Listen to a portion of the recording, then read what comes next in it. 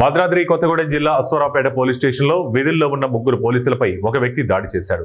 నల్లబాడు గ్రామంలో ఓ ట్రాన్స్ఫార్మర్ దిమ్మె నిర్మాణం విషయంలో గడ్డం వెంకటస్వామి, గడ్డం వసంతయ్య అనే వ్యక్తుల మధ్య ఘర్షణ జరిగింది.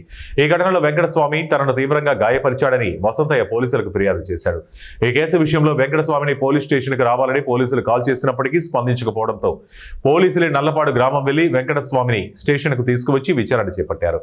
ఈ క్రమంలో వెంకటస్వామి కొడుకు కరాటే కోచ్ వెంకటబాబు విచక్షణ కోల్పోయి నాన్ననే తీసుకొస్తారంటూ పోలీసులపైన దుర్భాషలాడుతూ అక్కడ విధులు నిర్వర్తిస్తున్న ఓ ఇద్దరు హెడ్ కానిస్టేబుల్, మరో కానిస్టేబుల్ పై దాడి చేశారు.